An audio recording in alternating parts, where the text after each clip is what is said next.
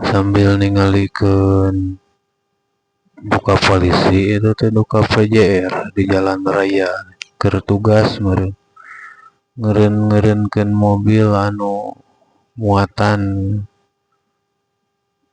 mobil bak geuning anu muat mobil truk anu muat dieureunkeun gitu reg samenit 2 menit titah maju deui pegat deui nu lain reg samenit 2 menit titah maju deui duka keur naon ya ajak ngobrol meureun ajak ngopi walau alam eta ngalajengkeun kana cariosan anu katunda. Bismillahirrahmanirrahim. Masih nyarioskeun asmana Gusti Allah, gelarna Gusti Allah, sifatna Gusti Allah. Ayeuna anu ka 85. Gelar Allah Subhanahu wa taala anu ka 85 Dzul Jalali wal Ikram. Dzul Jalali wal Ikram hartosna Allah Subhanahu wa taala dat anu maha agung anu maha mulia Allah Subhanahu wa taala anu ngagaduhan Allah Subhanahu wa taala sagala keagungan sareng anu ngagaduhan sagala kamuliaan.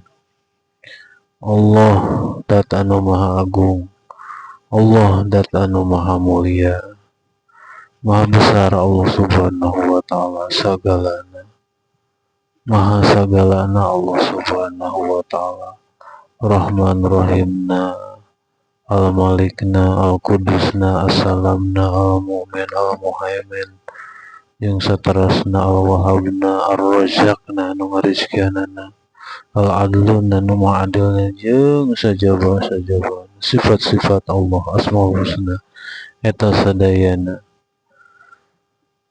asma-asmana Allah Subhanahu wa taala anu marulia anu hararagung anu Dzul Jalali wal Ikram dat Allah Subhanahu wa taala anu maha agung tur maha mulia. Cukup Allah anu maha agung, cukup Gusti Allah anu maha mulia. Urang mah makhluk, penting urang sadayana introspeksi diri urang sadayana. Ulah ujub, ulah ria, ulah takabur, ulah sombong urang sadayana. Dan maha agung mah Gusti Allah. Anu maha ngarajaan Gusti Allah. Urang diatur ku undang-undang na Gusti Allah. Muktosna Al-Qur'an sanereng hadis-hadis Rasul anu marentahkeun kana kewajiban ngalaksanakeun salat, puasa, zakat, munggah haji. Terus dianjurkeun kudu mengimani sifat-sifat Gusti Allah wujud qidam baqa mukhalafatul hawadisi qiyamu binafsi wahdaniyat qudrat iradat ilmu hayat sama basar kalam qadiran muridan aliman hayyan samian basiron mutakaliman. Terus diwajibkeun orang iman para malaikat karena kitab-kitab Gusti Allah yang sajabi-sajabina. Allah Subhanahu wa taala dat anu maha agung, dat anu maha memimpin urang sana diatur ku Allah Subhanahu wa taala. Hirup urang di alam dunia ieu diatur ku undang-undang Allah Subhanahu wa taala buktosna Al-Qur'an sanereng hadis anu ngawajibkeun kana ngalaksanakeun kana sakabeh anu diwajibkeun ku Gusti Allah sanereng Rasulna jeung diwajibkeun ngajauhan kana naon-naon anu dirarang ku Gusti Allah sanereng Rasulna. Kembali deui ka urang ada pembahasan sifat-sifat Gusti Allah kahiji dugi ka 84 atos ayeuna bagian nu ka 85 nyaeta Dzul Jalali wal Ikram.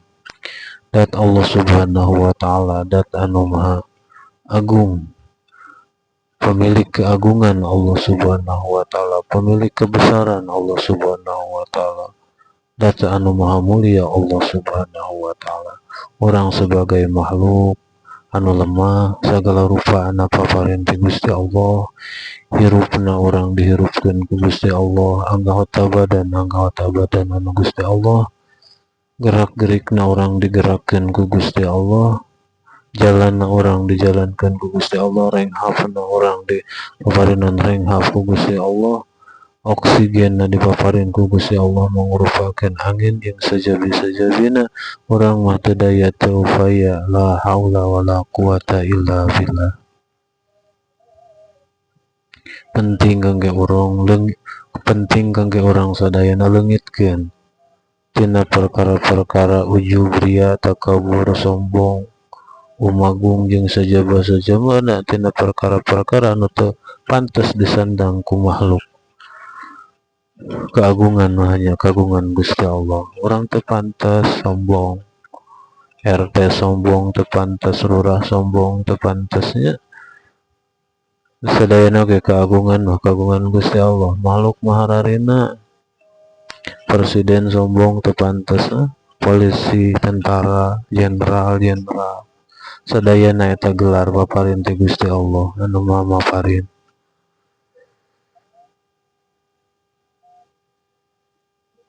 Penting orang sadayana selalu mengingat karena sifat-sifat Gusti Allah.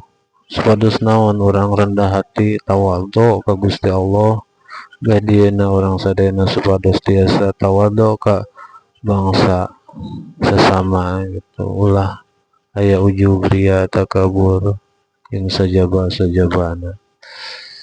Da Allah Subhanahu wa taala nu Maha Agung, orang mah makhluk hina. Mangawe emotana tuh.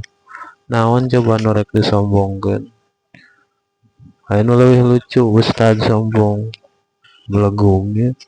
Ustad sombong, kiai sombong, gelar buya sombong, gelar habib sombong. Teu mantes. Benten sareng perilaku Kanjeng Rasul atau anu patut tur pantes diturutanana sagala rupana. Dina mapahna rengkak palifalahna kulemna tuangna ibadahna nama komo ieu mah. Dina ieu we dina sagala rupa ucapanana we heula pantes ditiru. Keluar tina ajaran Kanjeng Rasul tina perilakuna we heula. Eta kan geus naon gitu. Geus meniru kanu dibentuk ku Gusti Allah gitu. Meniru ujub ria takabur kan. Kadituna turutna ka saha, taklibna ka Firaun kadituna.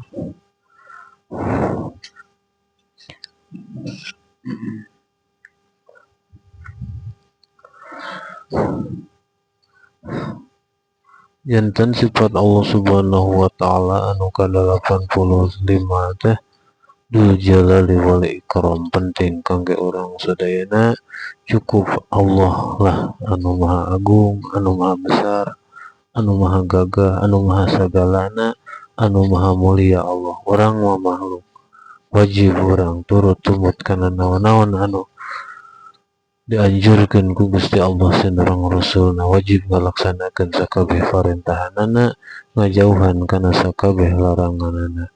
Urang kudu rendah diri sesama manusia, rendah diri ka Allah Subhanahu wa taala. Tawadhu urang sadayana ka Allah Subhanahu wa taala. Da urang mah teu gaduh-gaduh, hirupna ge dihirupkeun ku Gusti Allah. Rek dimaotkeun isuk pageta ge Allah Subhanahu wa taala mah wenang jaiz ka Gusti Allah, mare kumaha bae oge dan Maha sagalana. Sakali deui leungitkeun rasa ujub ria takabur, ngarasa aing gagah, ngarasa aing beunghar, ngarasa aing pintar, leungitkeun eta teu pantes ka urang. Allah dat anu Maha Agung, Allah dat anu Maha Mulia. Wallahu a'lam bishawab. Cukupkeun sakitu, wabillahi taufiq wal hidayah. Wassalamualaikum warahmatullahi wabarakatuh.